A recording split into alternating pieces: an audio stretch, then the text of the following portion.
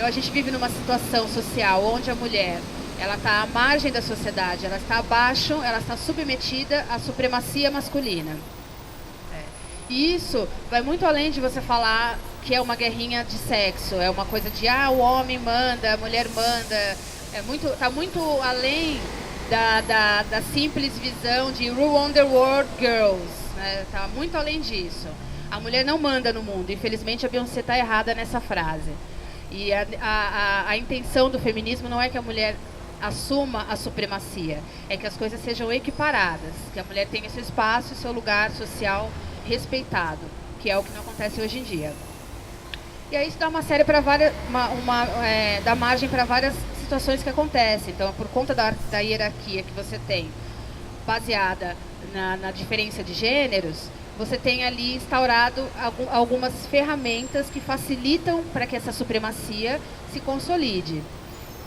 Essas ferramentas são a violência que a gente pode, de repente, identificar como machismo. O machismo é um sistema estrutural que está fundamentado na sociedade e que dá ao homem todo o poder, toda a liberdade de opinar, de mandar, de gerir, enfim, dá o domínio total do homem com relação à mulher. E as outras também identidades de gênero, porque quando a gente fala mulher, a gente está falando de uma categoria muito ampla de pessoas, né? Então nós temos as mulheres negras, nós temos as mulheres trans, bissexuais, lésbicas, a gente tem as mulheres indígenas, a gente tem várias categorias de mulheres aí. Então, violência de gênero, o que significa isso? Significa que tem um instrumento a serviço do machismo. E essa violência, ela também vai muito além da integridade física. Então, muitas vezes um homem se assusta quando a gente fala que ele é violento, porque ele diz, não, mas eu nunca te bati, eu não te agredi, eu não te empurrei, eu não encostei um dedo em você, então eu não estou sendo violento. Porém, a violência, ela se dá em diversos níveis. A violência não é só física, não é só bater numa pessoa. Quando você, por exemplo, coloca uma mulher como um ser que não tem autonomia para falar das próprias questões, isso é uma violência. Você está minimizando o tamanho dessa mulher, a capacidade dessa mulher, então é uma violência.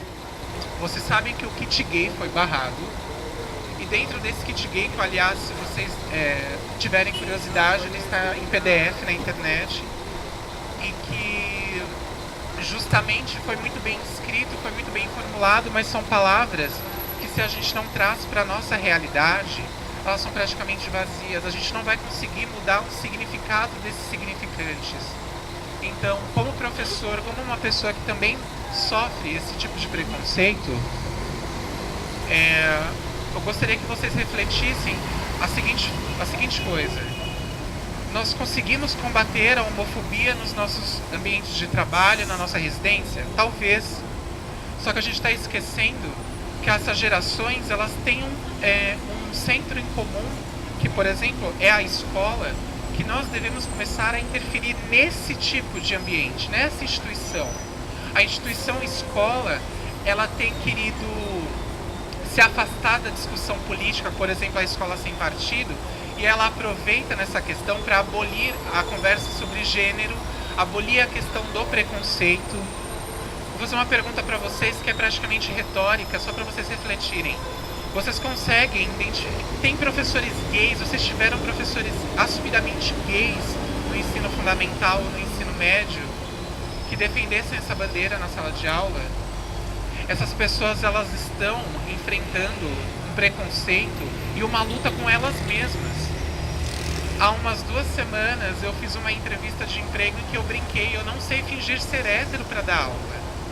Esse é o meu jeito de ser, sabe? Eu acho que você tem que defender esse tipo de postura, e principalmente no ambiente da escola, que a gente tem que ir para cima e falar, não, pera, é esse professor que é calado, esse professor que está sendo calado por esse tipo de política opressora, que a gente tem que começar a dar voz a ele, dar instrução para ele.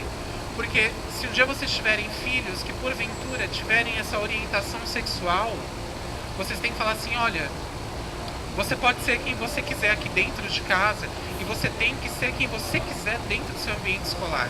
Eu vou começar com o óbvio, né, que é uma naturalização, né, histórica da violência de gênero, né? Quando a gente pega a história oficial eurocêntrica e a gente vê qual que é a origem do patriarcado, a gente já entende como ali a mulher desde o começo já foi vista como uma propriedade, né? Eu acho que vocês devem saber, mas o patriarcado nasce muito aí, né? Quando os homens perceberam que eles tinham um papel na gravidez da mulher, né? Que não era geração espontânea. E aí eles começaram a pegar aquela mulher, colocar nas suas cavernas, nas suas tendas, etc., para saber que aquele filho era dele, né? Então, e aí começa aí o tratamento da mulher enquanto propriedade, né? E não enquanto ser humano. E aí, quando eu falo um pouco da origem do patriarcado, eu acho sempre legal fazer um parênteses, né? Que essa não seria, na teoria, a minha história natural enquanto mulher negra de origem africana. Mas o patriarcado, assim como o machismo, é uma herança da colonização eurocêntrica no mundo, né? Inclusive em África existe hoje por conta disso, da colonização. Então é sempre bom a gente lembrar que nem sempre foi assim, que tem outros modelos de sociedade, inclusive em África, em continente africano, que não são baseadas nessa origem patriarcal como a nossa, né? Hoje.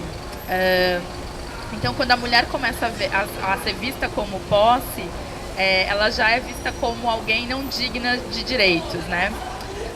Por exemplo, a questão do estupro, que por conta dessa brutalidade que aconteceu com a moça no Rio de Janeiro, né? Quando aqueles homens a estupraram, e o movimento bem disse, é verdade, aqueles homens não são doentes, eles são filhos sadios do patriarcado.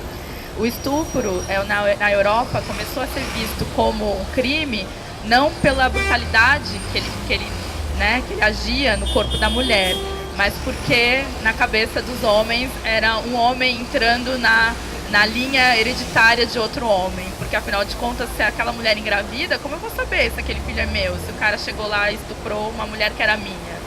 Então, quando a gente pega a legislação, e tem um livro muito interessante sobre isso, que chama A História do Estupro, a gente vê que o estupro foi considerado errado e é banido em várias sociedades, não porque acaba com a dignidade humana da mulher, mas sim porque fere a posse do homem.